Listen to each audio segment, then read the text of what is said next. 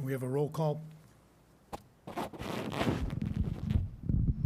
Trustee Iannaco. Here. Trustee Saldana. Here. Trustee Eck. Here. Trustee Donnersberger. Trustee Zvetka. Here. And President Pro Tem Gazis. Here. Thank you. Can we stand for the Pledge of Allegiance? I pledge allegiance to the flag of the United States of America and to the republic for which it stands, one nation, under God, indivisible, with liberty and justice for all. I'd like to thank everybody for being here tonight. Amy Jo Wittenberg is out of town, so you have me tonight. So appreciate your indulgence with the process. We're going to move things around a little bit because why wouldn't we? We're swearing in our newest officer, Robert Tops III. So we're going to start with that. Chief, a few words.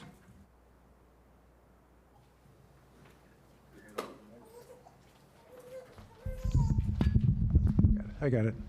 Okay, I want to welcome Officer Robert Tops III to Indian Head Park. Robert is a lateral transfer from Forest Park. He's working out wonderfully. He's in the FTO program right now. He's a proud graduate of Marist High School, which somebody's got to be. Anyway, and he's also a proud graduate of Townsend University, where he played football. He's a great addition to our team, and we're glad to have him, and his backup. I'm going to have Robert say a few words, and if the family wants to come up and get photos after. How you doing, guys? I'm Robert Tops. I'm happy to be here. I'm very grateful. I love the community and everybody a part of the community as well. You guys make me feel very welcome, even the simple waves when we drive past the community. So that goes a long way, and I'm glad to serve you guys, and hopefully for a very long time. Thanks, Robert.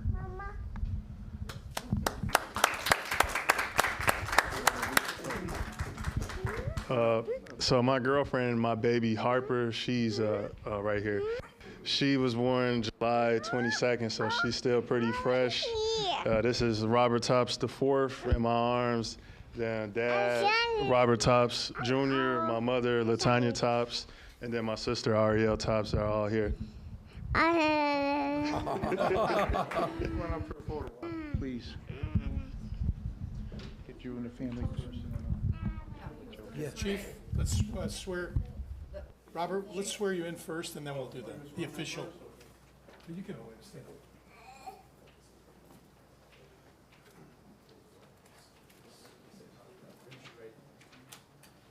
I, Robert Tops III, I, Robert Tops III, do solemnly swear do solemnly swear that I support the Constitution of the United States, that I support the Constitution of the United States, the Constitution of the State of Illinois, the Constitution of the State of Illinois, and the Code of Ordinances of the Village of Indian Head Park. and the Code of Ordinances of the Village of Indian Head Park. I will faithfully and impartially discharge the duties I will faithfully and impartially discharge the duties of the office of police officer to the best of my ability. of the office of the police officer to the best of my Safeguard lives and property, safeguard lives and property, protect the innocent against deception, protect the innocent against deception, the weak against oppression or intimidation, the weak against oppression or intimidation, and the peaceful against violence or disorder. and the peaceful against violence or disorder. I will conduct myself with integrity, courage, and accountability, I will conduct myself with integrity, courage, and accountability, recognizing the badge of my office as a symbol of public trust. recognizing the badge of my office as a symbol of public trust. I take this obligation freely, I take this obligation freely, without any mental reservation or purpose of evasion. without any mental reservation or purpose of evasion.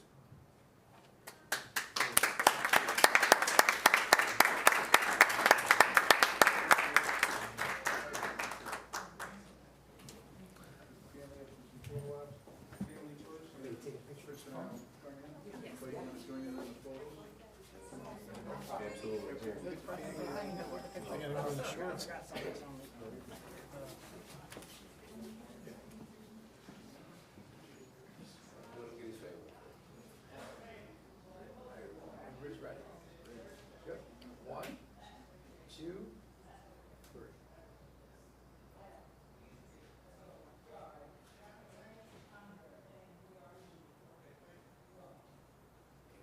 normally does these, so let me know.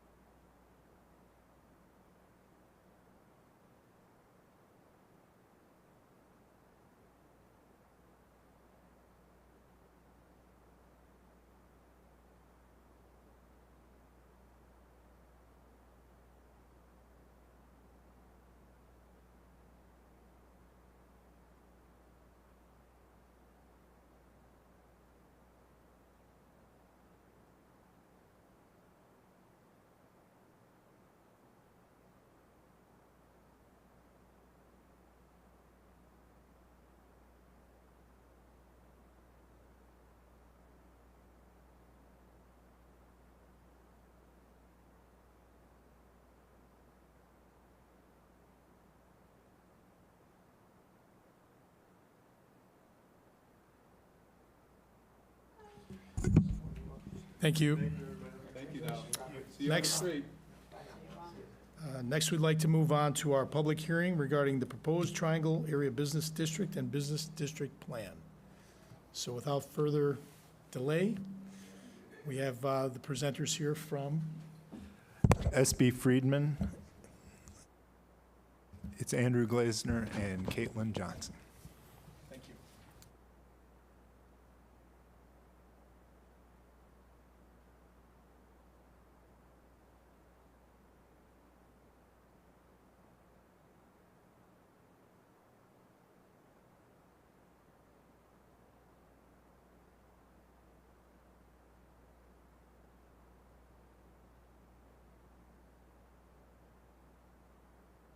Feeling better? There we go.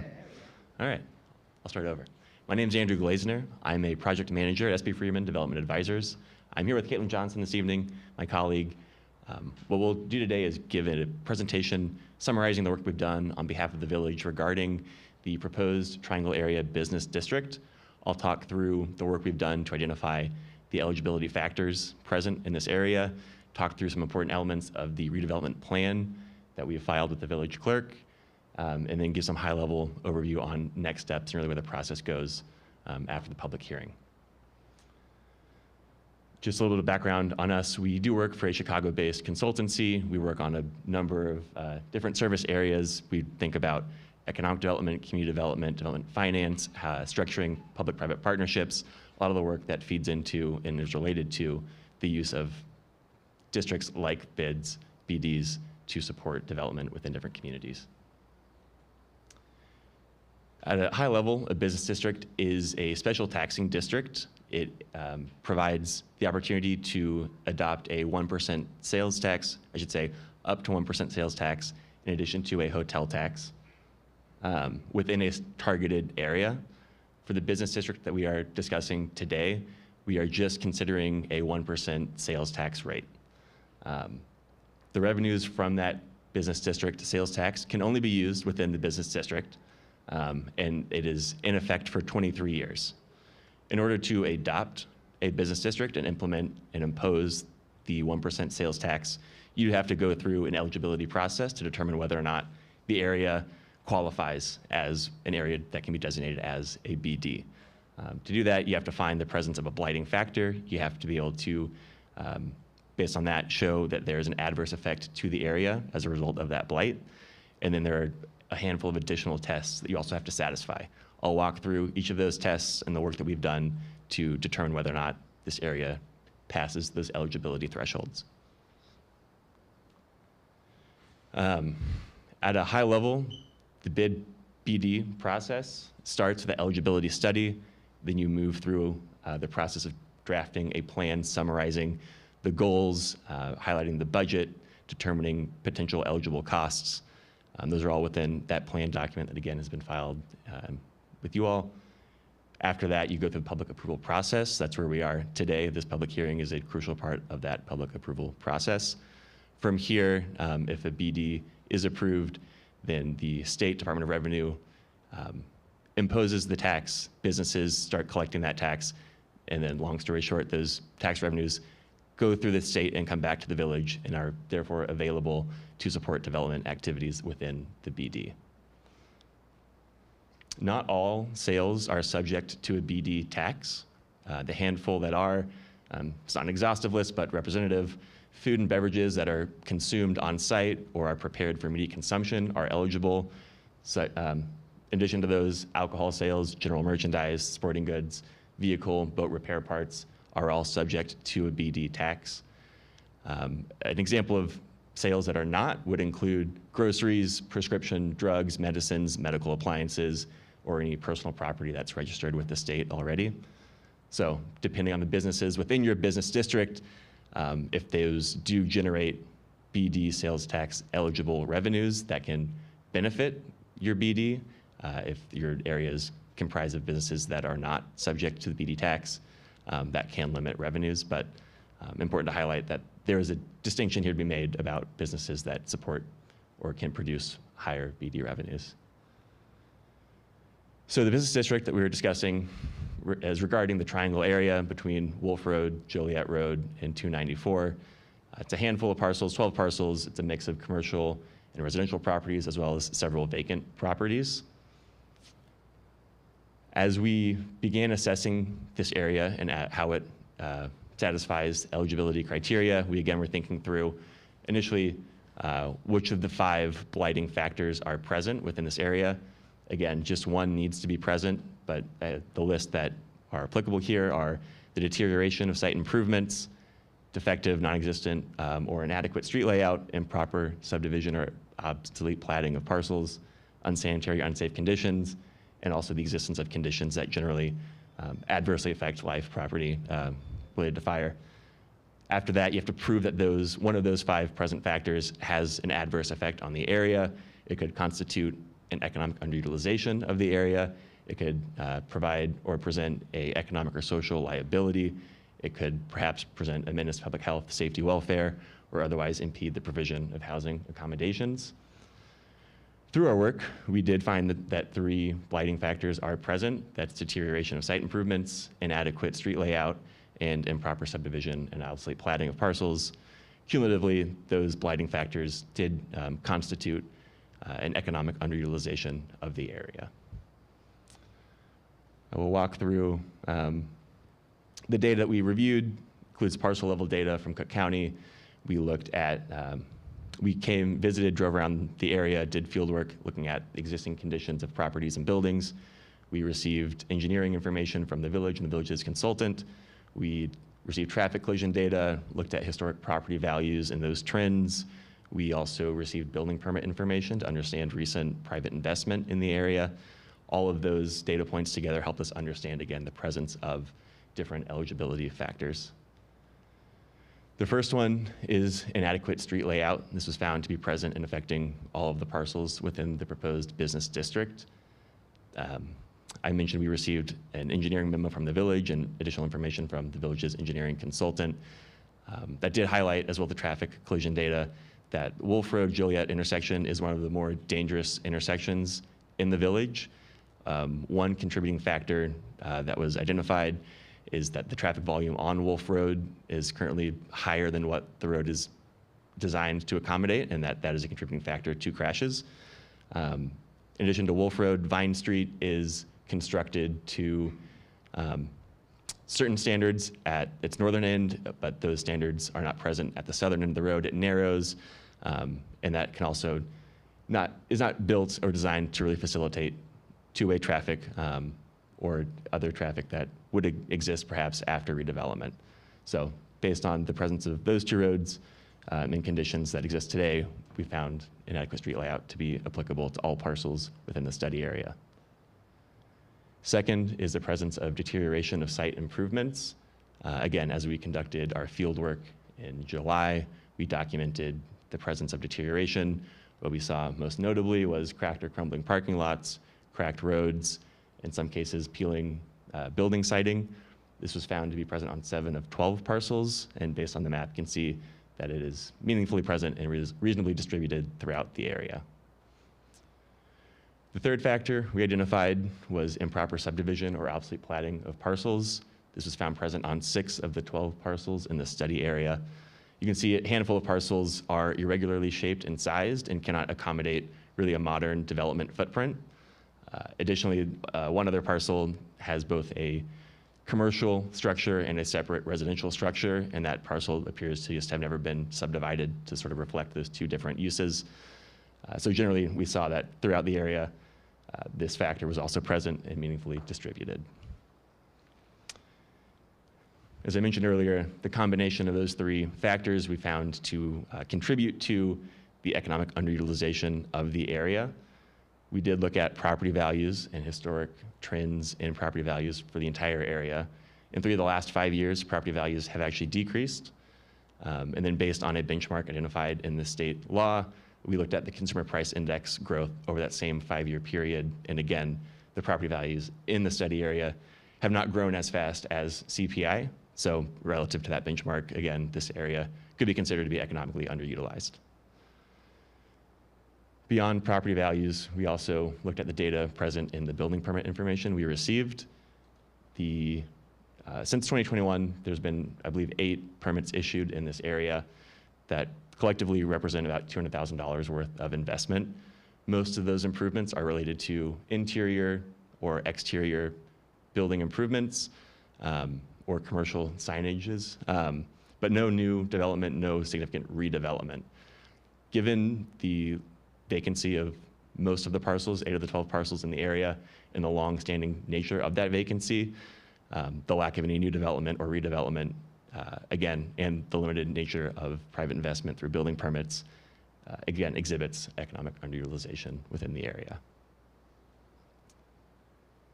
Beyond the finding of eligibility factors and the determining the effect of those factors, there are 4 additional tests I mentioned earlier. The first is the lack of growth from private investment. The previous 2 slides really summarize a lot of the same data points that substantiate this idea that due to the decline in EAV, the relative lack of growth compared to CPI, no new construction, limited renovation, and again, the long-term vacancy of several parcels, we determined that there has been a lack of growth in the area from private investment. Second, and building off that point, is that but for the designation of a special district, including a business district, it's unlikely that any substantial redevelopment or reinvestment will occur. We found that to be true. The third factor is the contiguity of parcels, just simply understanding if all the parcels have a common border and are connected, they are. And then lastly, reading the comprehensive plan of the village from 2015 and making sure that there are no, that this district would align with the goals stated within that plan and be consistent with the land uses identified for this area. Speaking of goals, specific to this proposed business district, the goal is to address the factors that make this area eligible to become a business district. The BD would be a mechanism to support redevelopment and reinvestment in the area, continue to improve upon the district and make it a commercially vibrant area that supports the village overall and enhances quality of life. Specifically, again, attracting new development that support and enhance the village tax base. In the instance it's necessary, being able to support additional public infrastructure improvements to, again, attract or support new development, and all that new development being a significant source of additional private investment that benefits the village overall are 3 of the key objectives. One element of the redevelopment plan that I just wanted to highlight on is the budget. The budget is largely illustrative. The one number I do want to draw your attention to is the bottom line number, the total business district costs. State statute requires that an upper limit on expenditures be identified and set within the plan for the business district overall. So the bottom line number here, $12 million, is that upper limit of expenditures that can be satisfied through the business district.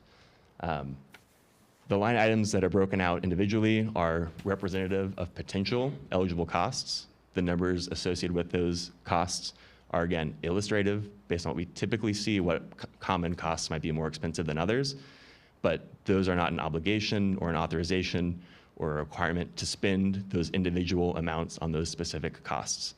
Again, the purpose of this budget table is to provide that bottom line number, that $12 million, which is the cap on expenditures of BD revenues within the business district.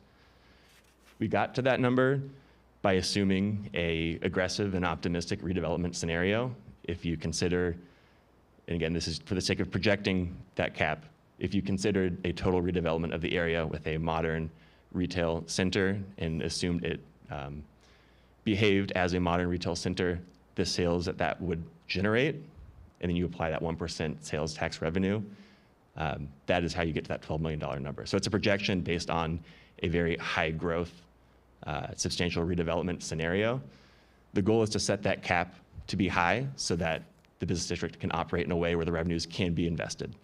If the business district does very well and the revenues generated exceed the cap, you can amend the plan, change the budget, and have authorization to continue spending whatever excess revenue was generated. But in order to avoid more paperwork and administrative hassle, we tend to think about how we can set the budget appropriately the first time so that there's no need to come back and revisit the plan and amend it, again, based on a high revenue growth scenario. So, Andrew, could you speak to how the period of that $12 million?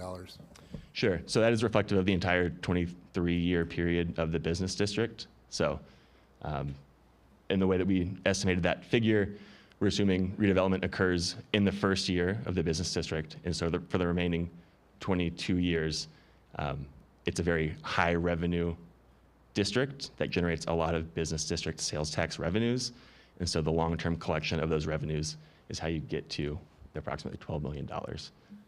Again, that's to set the cap at a number that allows you room to utilize the business district revenues that are generated over that 23-year period.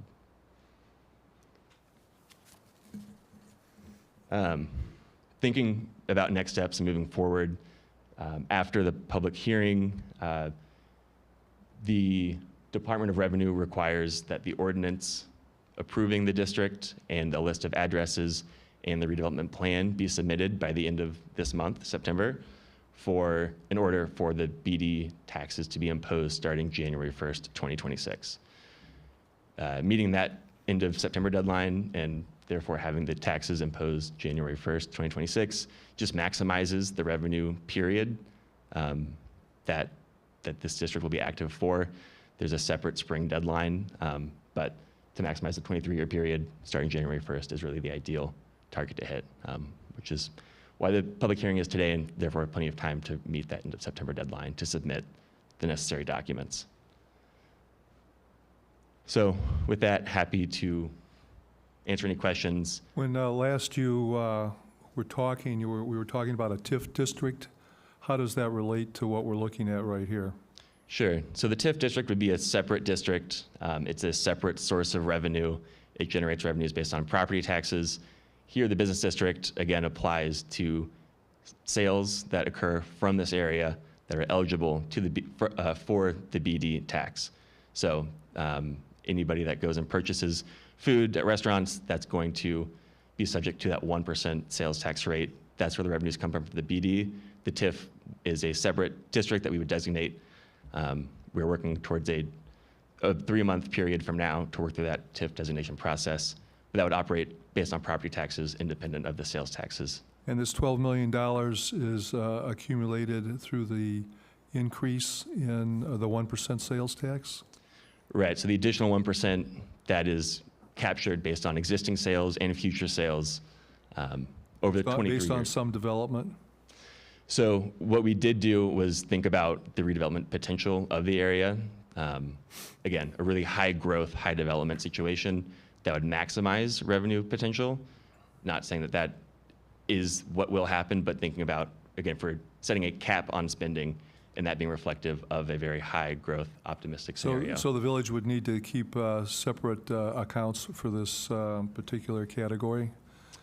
I believe that BD taxes are put into a separate account once they're returned from the Department of Revenue. And how is that spent?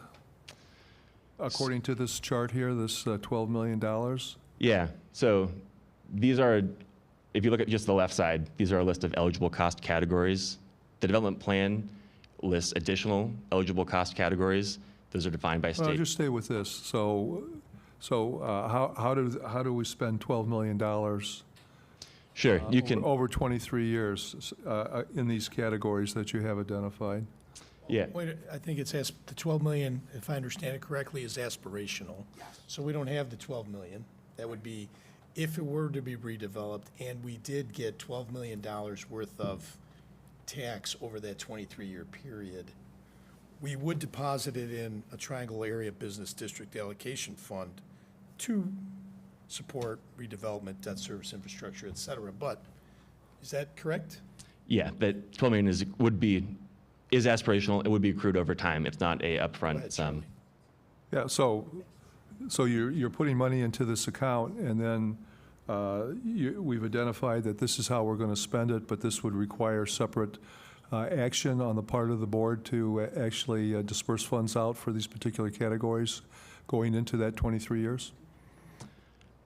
I do believe that to spend the funds within that allocation fund, you would, as you normally would perhaps choose to spend GO money, have to make a decision of what projects are important, meet village goals, and the typical procedure to release those funds from that account and to support actual activity. So as money goes into the account, in order to get it out, though, the board is going to take specific action, probably against some of these categories.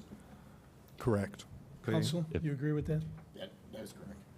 The village board would need to vote to disperse those and authorize individual expenditures. And again, this is a high number, and this is over a 23-year period. Do you have a forecast on a year-by-year basis getting to that 12 million?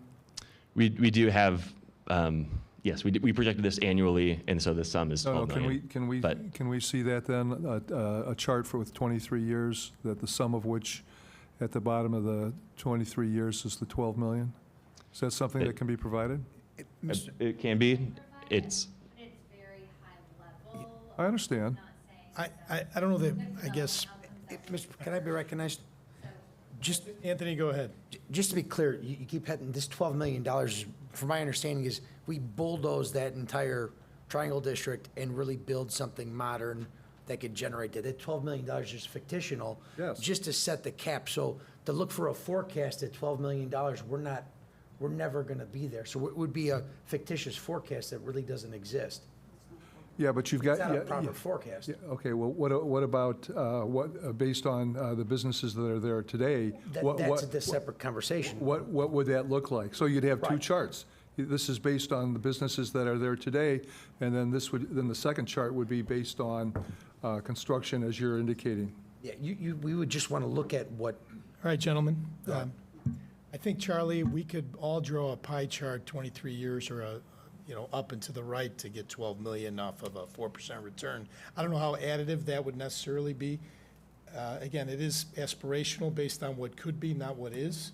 I think, to your point, maybe it's What is it The- based the- on the businesses today? Where proper where way, would we maybe be we today? want Yeah. to look at that as to, right, if none of this happened, then the whole idea of it's not going to produce anywhere near 12 million. Right. I think the bottom line in that is that that's the whole point of creating a business district. If it were to remain the same without creating a business district, it would take much more than 23 years to bring in $12 million on any 1% increase in sales tax. No, I'm just trying to get a sense, is based on today's businesses, that 1% tax, if we pass it today. It would be with- less than with- $1,000. Would be what? Less than $1,000. Over 23 years? No, a year. Okay, at this point, before the board hijacks the board meeting, would it be appropriate to open it up for some public comments? Unless, are you done? That's the end of our presentation. That way, okay, so we'd like to open it up for public comments now. I know some of you are here in regards to this public hearing, so this is your chance to speak, ask questions of the board, ask questions of the presenters or staff. Mr. President Pro Tem, when the public speaks, may I be recognized after for questions? Absolutely.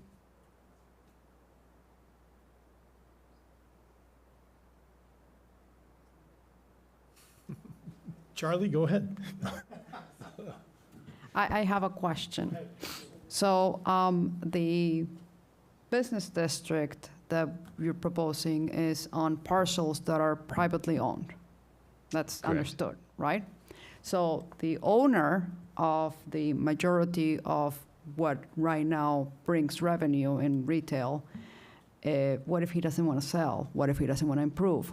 Can he refuse the help of the board on monetary help to develop better the place? If he doesn't refuse and receives the money, accepts the money to be able to redevelop better, his EAV will go up. So if he sees that as a possibility and does not want to inherit that kind of EAV increase or property tax increase, can he refuse? So I'll say at a district level, revenues are generated, and those revenues can be spent in the district as the board sees fit. That's your right to choose which projects are eligible, suitable, ideal for funding. If it's new development on a vacant parcel today, if it's providing assistance for building rehab for all properties that are most in need, that's a village board decision. But the question is, can the owner of the property refuse the help and keep the blighted buildings? So, knowing the owner, he could perfectly defeat the purpose of the new tax, and now for 1 year, 2 years, 3 years, people are paying the higher tax, the account is going up, and he can refuse because he doesn't want to pay more property taxes. Well, Can that happen? That's a worst-case scenario, but I think between the board and the Economic Development Committee, our members have been reaching out and trying to establish relationships with the businesses who are there, as well as the owner. And I encourage you to jump in and take a chance, because something needs to be done up there. No, I'm not saying that we shouldn't be doing something. I am establishing a scenario where possibly, That's the worst case. Well, there's also more than one business owner in the There's district. things- So theoretically, if somebody was obstinate in terms of getting something done, so what do we perhaps they'll do? leave more money for other owners. Mr. Chair, can I interject? Thank you very much. Absolutely. So yes, there is issues with it being property owners if they are not looking to develop. And I have had in my economic development experience, the same issues coming up of what if the owners of the properties do not want to improve them, or boards being reticent to provide funds to owners who they did not feel were taking care of their property, so why would you take on their own improvements, correct? There are a number of options and strategies that the village can use to both incentivize, let's put it that way, them to improve the property or be more collaborative with the village. Some of that is by funds, but otherwise, the other part of it is part of my other hat, which is code enforcement. Those can be looked at as well. And as Andrew was very tactfully walking around the subject, the village can also look at acquiring property even through eminent domain. I know it's a word we don't like using. We don't like using it, but that is also a strategy that is open to the board at a certain point if they were so to choose. Now, it's not usually the first strategy because it's very long, it's very expensive, and nobody comes out with, happy at the end of it. But that is a strategy that does exist. The reason why I'm asking is because the majority of the people that are here are business owners, and they are dealing with the fact that they don't own the properties. The property is not being, there's a reason why it looks the way it looks. It's because the owner has not done anything to develop it, short of, we almost, we had to start finding him just to do a wall. So this is why I'm asking, I want reassurance that when this business owners start taxing the clients, the 1%, on the chance that that money will be then reinvested so the place can keep looking better and better and better through the years, and therefore acquiring more clients and more clients, that there is recourse should the owner refuse to help or refuse to develop the area. Because I don't think we're racing that place. I will say that up to now, the village has only had a stick to approach the issue with. Having a carrot allows it to have Yeah. a second hand of options. Okay. Now, if someone wants to come up now that they heard that, would you allow them to come up? Public comments, again. Matthew Copsey, owner of the Oak Pantry and Deli.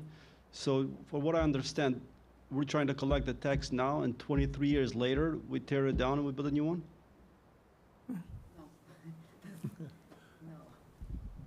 So, if I may. Andres, go ahead. No, it is collected as normally for sales tax, so every single year there'll be money inside of it. So every year there'll be funds to I address understand the part, issues. correct. The exact strategy is something that the village will have to develop at that point. So it's not like the village is necessarily saying that we're instantly going to, buy everything in there and tear it all down. The hypothetical that is given to get that $12 million assumes that the second January 1st hit, you almost video games drop a brand new, a very small Oak Brook Center on top of it, and suddenly it starts producing money, which isn't a realistic option. So the strategy of how to get everything improved is something that's going to collaborative strategy both between the village and the business owners and the property owners in there. How long before, what are we planning, how long before the project would start? 23 years later? No, you can do it you can use funds and start projects. So essentially, once we get these economic incentives, strategies, mechanisms, the business district start collecting that tax. And if in the future there is a possibility of a TIF district and start collecting those funds as well, the village will be looking at leveraging those monies as soon as possible. Because if we leverage the monies earlier on in that 23 years, we will have more revenues later on, right? If you start making more money now, you'll have more money 23 years from now. So it is not something we're going to wait on 10, 15 years or anything like that. The village will essentially probably starting January, 8th, that we will start looking at how to improve the area more than with a specific strategy, economic strategy that we have with the funds. I don't think we understand each So just let me put it plainly, because you're Sorry. speaking the same economic development language. We're not taking the place down and redeveloping it. We are gonna establish a plan to use the money to maybe fix it, to maybe facelift it, to maybe bring or be able to bring more businesses to the area, to landscape, to whatever it is that the board, as the money accumulates, can decide to help make it better, make the place better.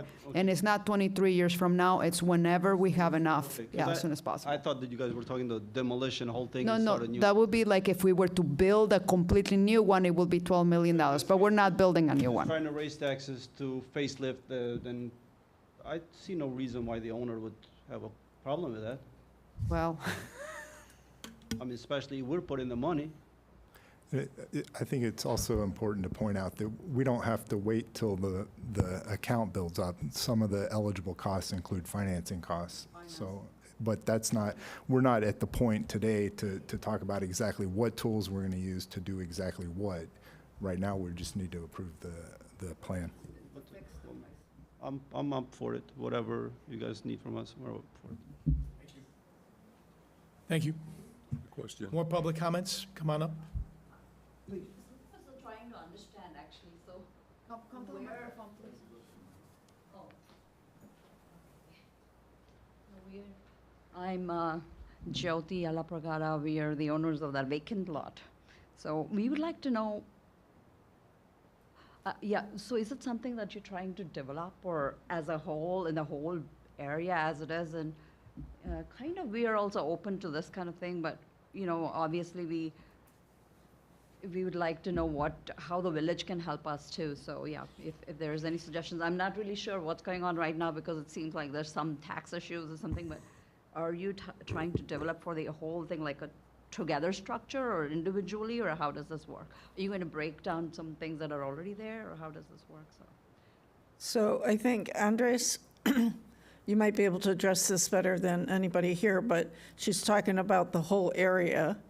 being addressed. And what I believe will happen before we do that is there's going to be a lot of planning going into it and then public hearings. Can you fill in the rest?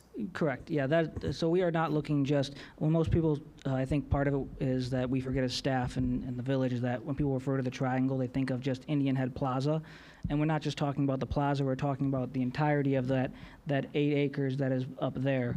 And so we are gonna look at strategies on how to make that entire area much more successful. So there are some vacant properties up there. Is there businesses or other uses in there, mixed uses maybe, that would make everybody more successful if we were to, add some more mixed-use properties like the IHP condos where they have the condos up top and then the businesses on the bottom.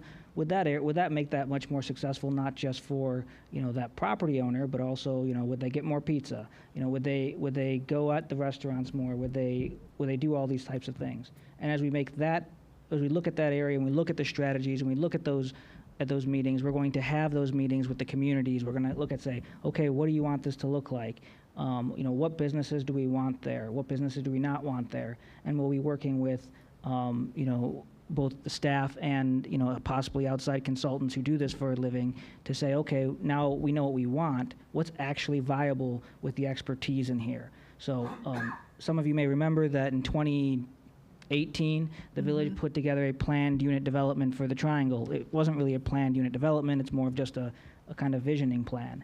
And so we would see something similar to that of saying, okay, what can we do here to make this area more vibrant, make it someplace we want to go, make it someplace we're proud of the community, while also making the community maybe a little bit more, revenue at the same time as well. So that's what we're looking for, is to, as they say, it's called blighted. We're looking to reinvigorate it. That's what we're looking to do. We want to make it the best possible use it can for the village and the residents, and even the not residents, because they pay taxes too and sales tax. And it's not going to happen overnight. This is just the first step in a very long journey that the village is going to take to improve that parcel of land over there. And we're all going to do it together.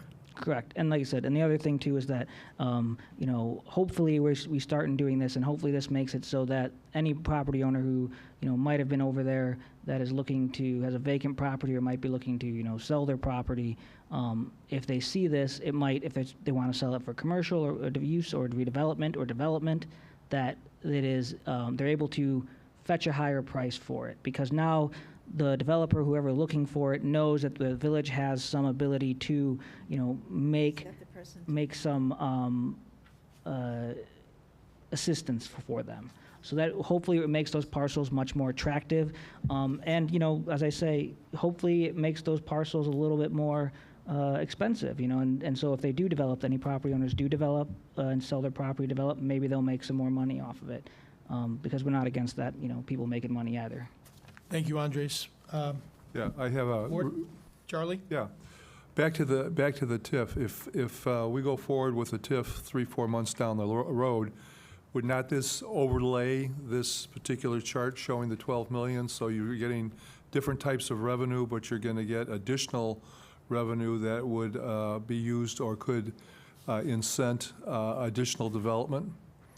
Correct. If a TIF is also adopted with the BD, two separate revenue sources, and those have similar eligible cost categories, they can both be used for similar types of improvements to incentivize new development. And that might likely be a greater number than this $12 million over that period of time. You haven't done your numbers yet, but because that anticipates actual development of the undeveloped land and costs. Correct. Yeah. Okay. Thank you. Any further public comments? Come on up.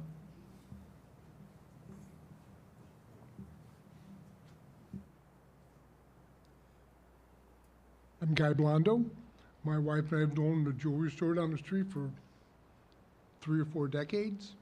I guarantee you right now, if you raise our property taxes, I'll leave. We'll see. Okay. We've conflated a lot of issues here, from a TIF to a business development district to sales tax, grocery tax, et cetera. Gavin, can you give us a 90-second synopsis of those three areas? Because it appears as though we've confused our constituents and probably our board as well.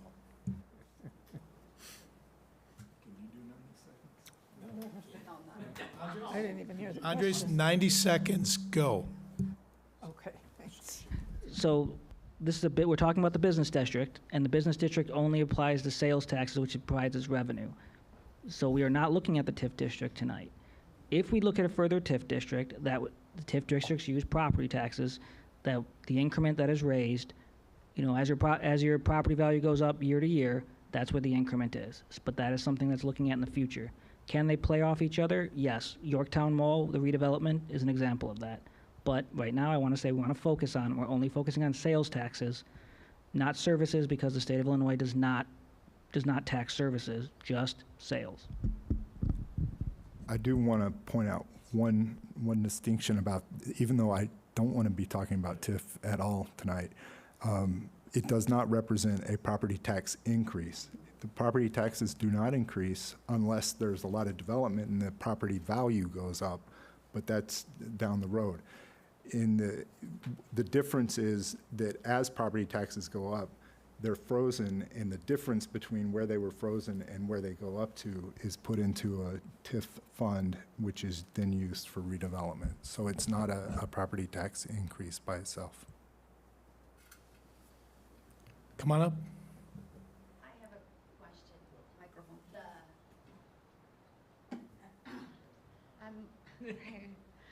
My husband and I are the owners of Studio Suites.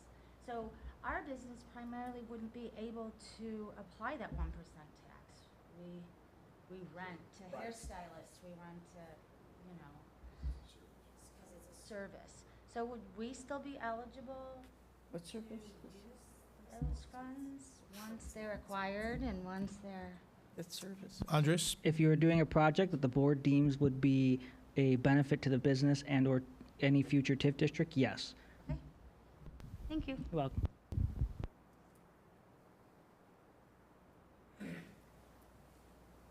Any other questions, any other comments from the board?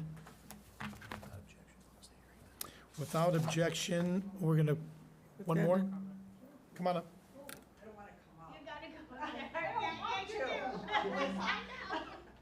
Well, nobody can hear you online, unfortunately, if you don't, and I think we want everybody. And it's recorded. Oh, God, I don't want that. It's like the Phil Donahue show. We already pay a higher sales tax than any of the countryside, Hodgkins. I don't want to lose any more customers because of the sales tax. 11% is too much. It would be, we pay 10 now. 10% sales tax. You don't pay sales tax. We do. And some of our things that we sell, you guys are making a lot of money off of it. But I think 11% would be way too much for us. Thank you.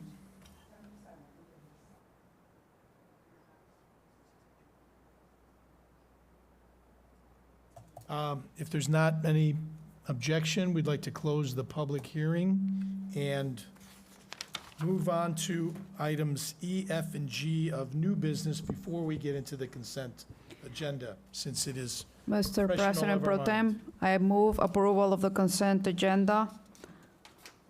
Do we need a second? Without objection, we would like to move new business items E, F, and G before the consent agenda, Why? as it is related to the business All right, development district. Mr. President Pro Tem, I move approval to consider the ordinance 2025-14, which approves the business district plan. That's what we've been doing. I second. And, Oh, you want all of them together? I'm sorry. sure, Also, consideration of ordinance 2025-15, which establishes the Triangle Area Business District, and G also?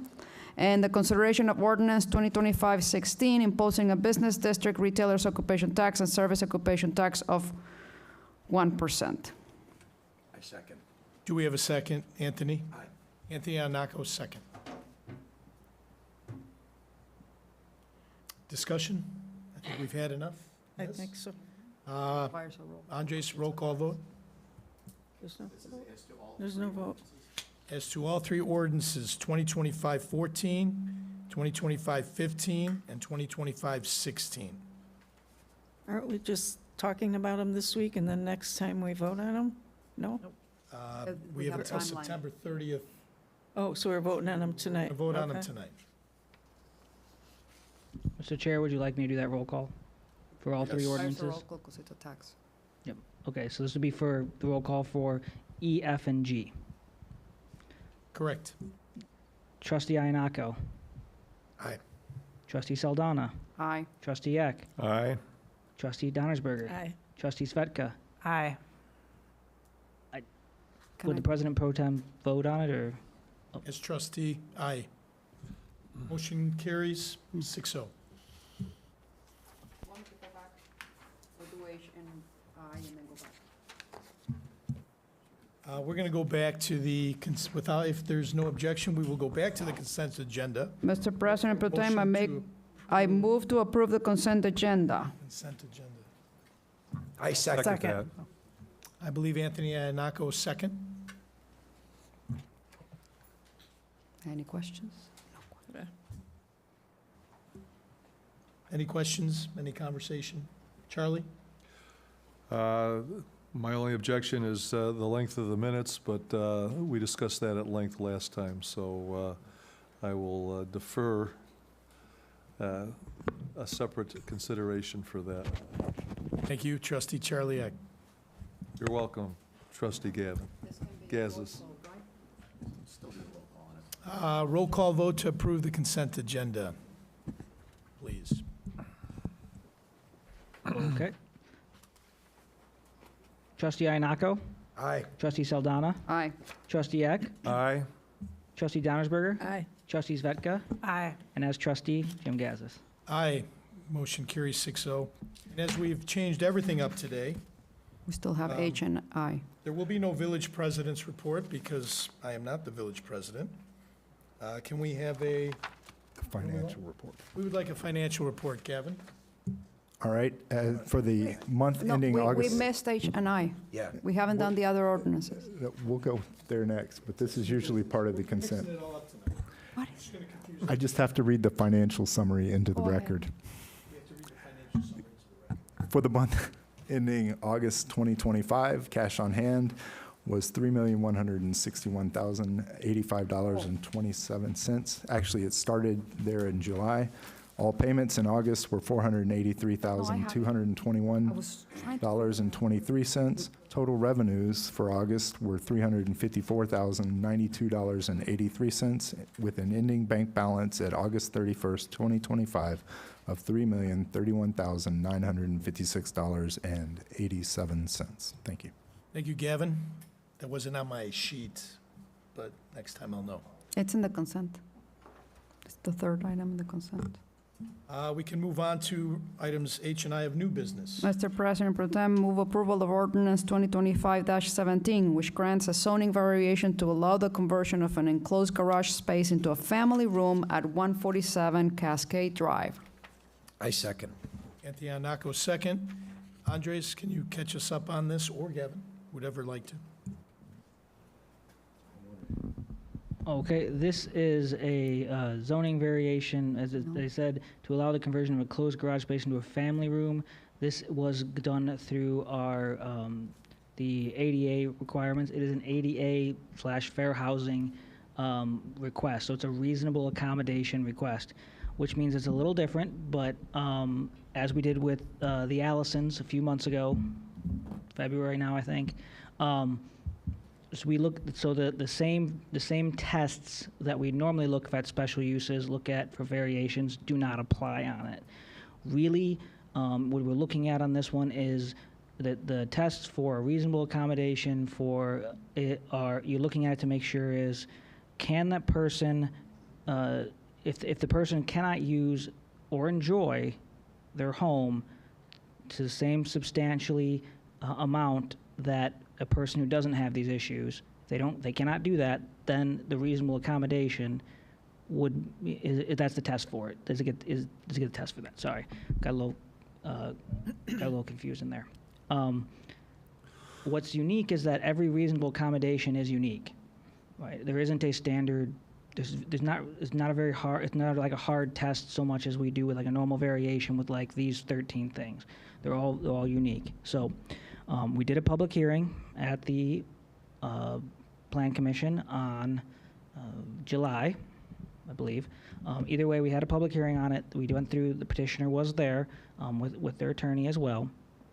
And the Plan Commission, in reviewing it, asked the petitioner the questions. The petitioner also stated what the conditions were.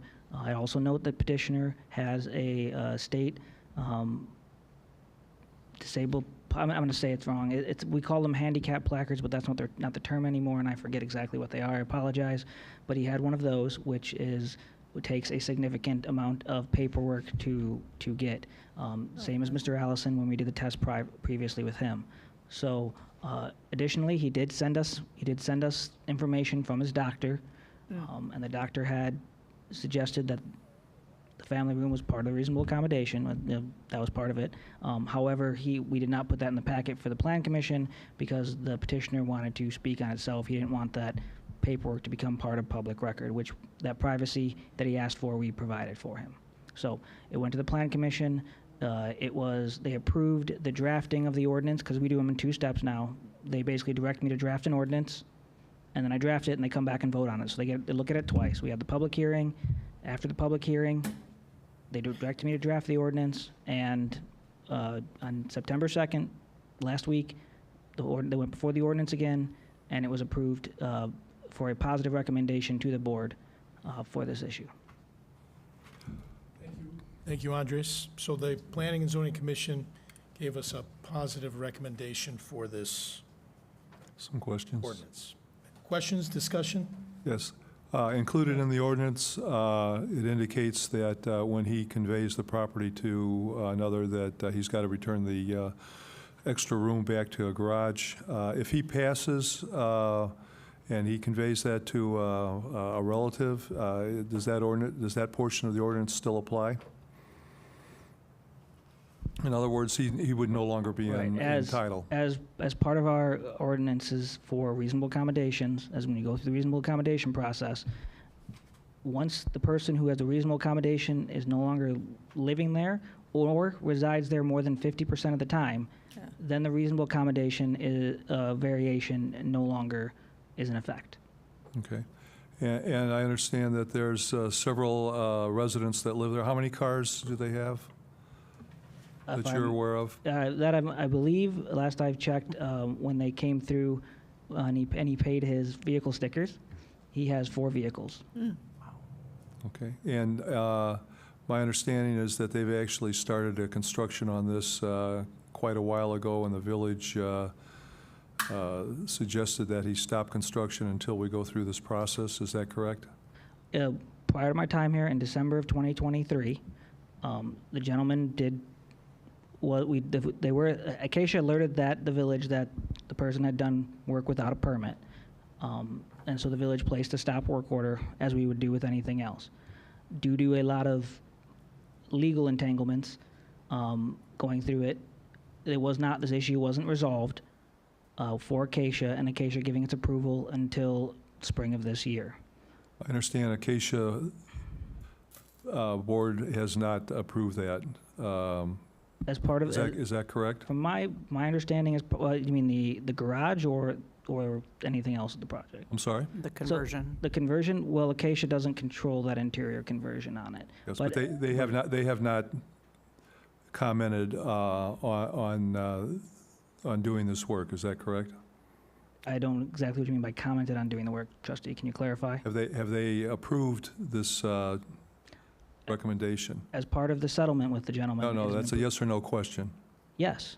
You're saying the Acacia board has approved this change? As part of the legal settlement, yes. Thank you. Thank you, Andres. Thank you, Charlie. Yeah, sorry. Why not, Danielle? I got some questions. So I was at the planning and zoning meeting where the petitioner spoke at, and I remember there was a lot of back and forth conversation. Can you refresh my memory on if we had residents that came in and spoke out for or against this? There was public comment, there's public comment against it, and there was public comment for it. To clarify, most of the public comment, and there wasn't heavily in either direction. We didn't have like a packed house. Right. To clarify, but there were a few residents more that were against it due to the nature of it, their concerns about changing the nature of Acacia and whether or not everyone would be able to get garages. We explained to them that wasn't the issue. There was also at least one gentleman who spoke out for it as needing accommodation of it, he happened to incidentally be there because he wanted to talk about fences, so. Yeah, I think I recall that, okay. And then could you also refresh my memory on, I believe the petitioner was asked if the work had already started. And I believe the comment that I heard from either the petitioner or the petitioner's legal representation was they started on it because, quote, which could be wrong, other establishments in that area have done the same thing, and they thought that they could do it without a permit. Is that how this came about? I believe you're conflating two things on it. I might be. So their statement was that they started work without the permit because they were told that they didn't need a permit. Okay. But that was from Acacia, and I believe that they misunderstood that Acacia said that they didn't need a permit from them and not from the village. The other issue you were saying is that the petitioner's attorney did make a comment about other conversions in Acacia of garage units, but when asked, there was no further information provided on it. Okay. Okay. I have nothing else at this point, but thank you. Any other discussion? Roll call vote, please, Andres. Trustee Iannaco. Aye. Trustee Saldana. Aye. Trustee Eck. No. Trustee Donnersberger. Aye. Trustee Svetka. No. And as acting as Trustee Gazis. Aye. Motion carries 4-2. Mr. President Pro Tem, move approval of ordinance 2025-18, amending Article 2 of Chapter 38, which is the tree preservation. I'll second that. Any comment on this or discussion?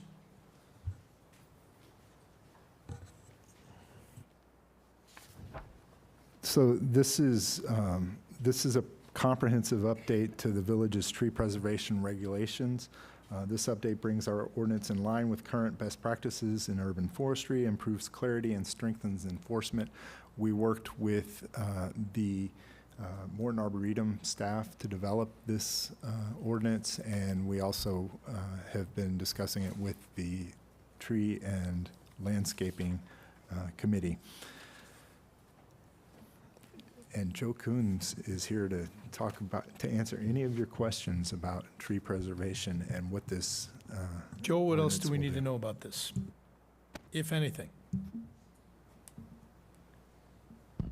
It pretty much is self-explanatory if you read through it. I will give an update in my report on what this means going forward with our grant program for our tree planting, but we needed to have this ordinance done in order to proceed with that procedure.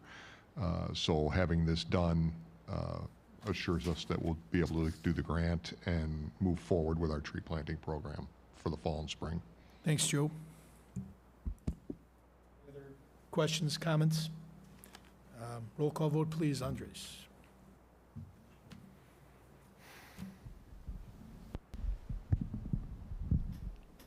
Trustee Svetka. Aye. Trustee Donnersberger. Trustee Eck. Aye. Trustee Saldana. Aye. Trustee Iannaco. Aye. Jim Gazis acting as trustee. Aye. Motion carries unanimously. 6-0. Let's move on to old business. No old business. Public comments, last chance.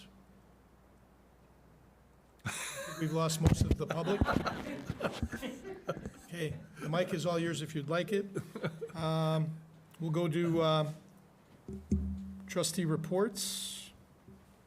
Trustee Sveska. No report, thank you. Trustee Donnersberger.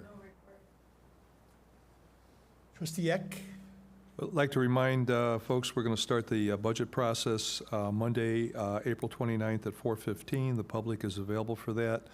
Gavin, I'm going to stop by next week, and hopefully we can work on an agenda for budget, because we've got a lot of things to cover. Yes, sir. And I believe you meant September.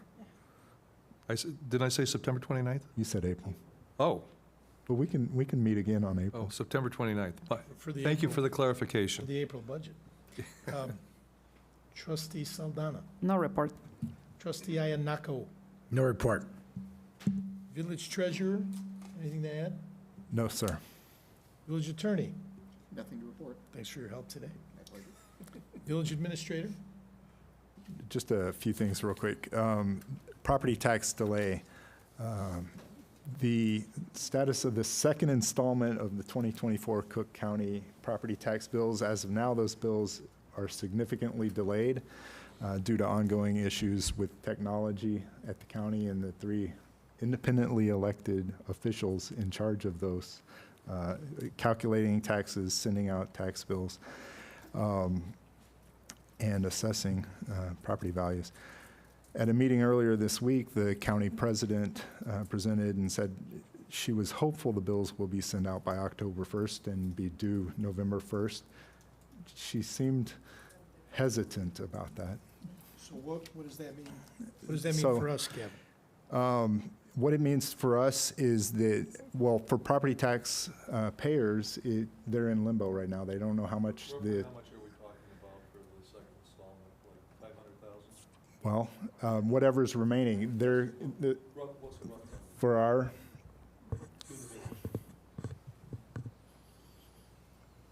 I would say at least 6, 7, Between 500 and a million. yeah, between 500 and a million.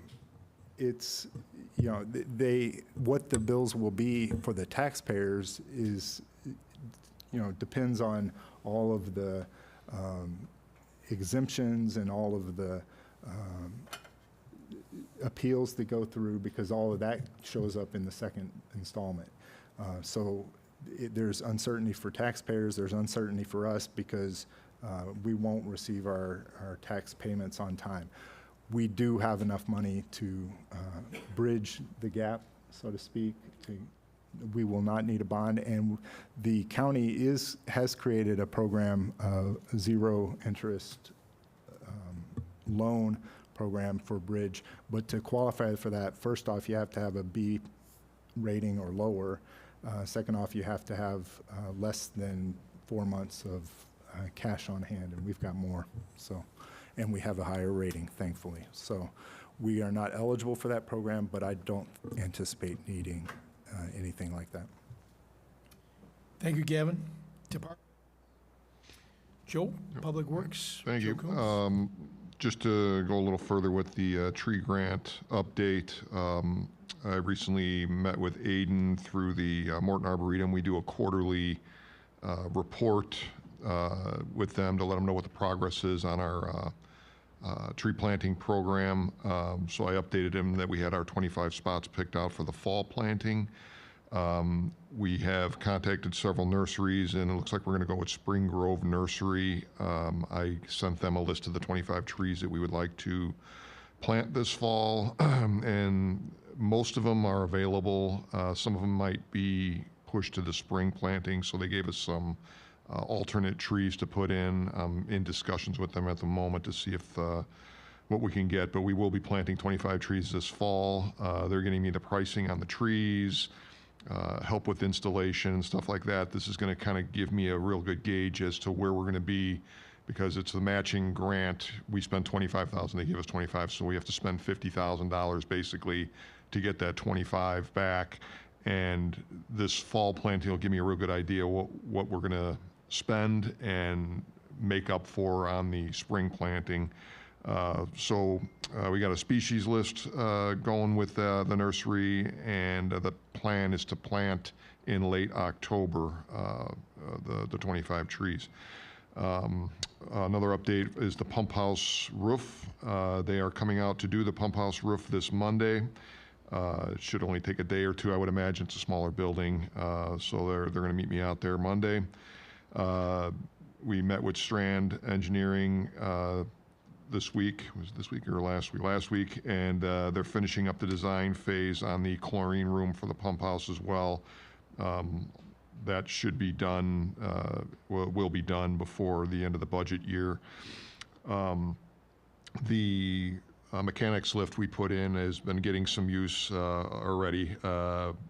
We ordered a drum of oil to save on costs instead of buying per vehicle amounts of oil, so that'll save us money in the long run. But Bobby's been working with the PD to schedule all the police vehicles to do oil changes and preventative maintenance.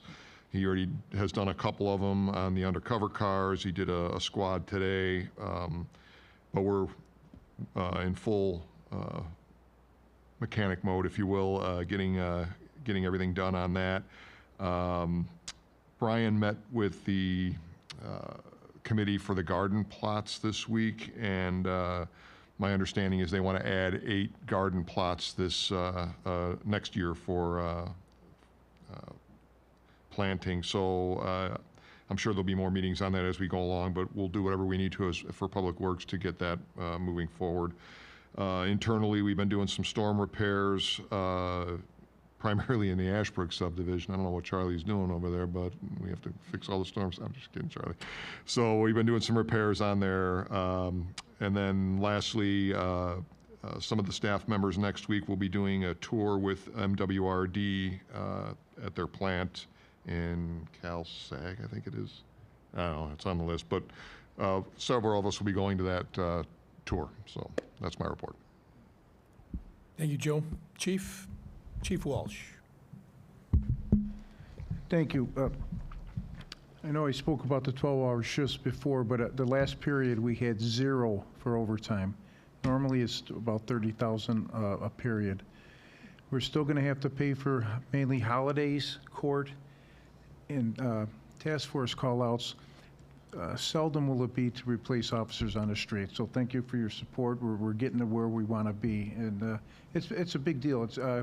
Commander Gardner said it's never been like this in 20 years. So it's definitely going in the right direction. I met with Police and Fire Commission, and they interviewed a lateral officer, so we have 2 on the lateral list. Also, they gave me permission to contract with Stenard and Associates only if needed, so that in case we had to throw another police test. That way we don't have to convene and have another meeting or emergency meeting to do so. But right now, we're where we need to be. But it's just for the future if we do need to do a test. Flock Camera is going to meet with Commander Gardner tomorrow at 7 a.m. They're going to go to Sacagawea Park, and they're going to go to Blackhawk Park to look for site locations where they're going to put the poles in, because we've been going back and forth with them a little bit on that. Also, I believe that Wilshire Green is meeting possibly tonight to talk about the permissions, and I'll find out. I don't know if it was tonight or tomorrow night, but to talk about giving permission so we can put the still camera on their pole for Blackhawk Park.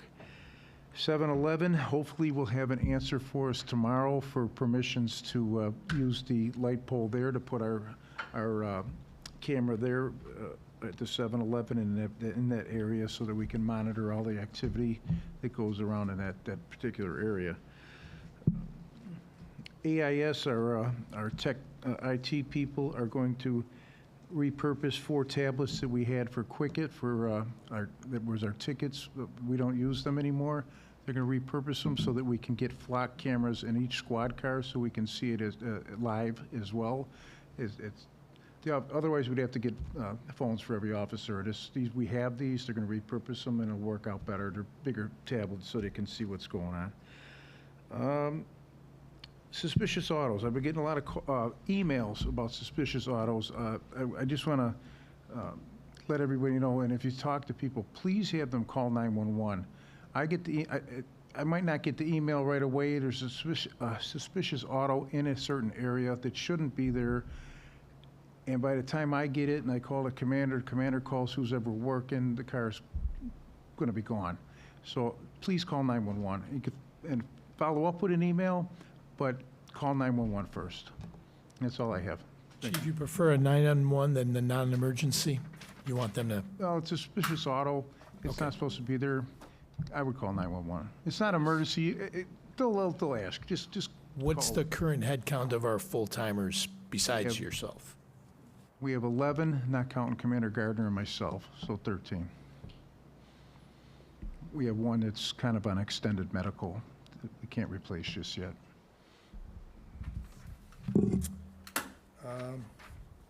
No need for closed session? I guess we're looking for a motion to adjourn? Motion to adjourn. I second.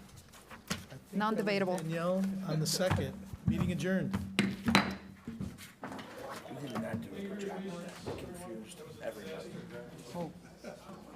With the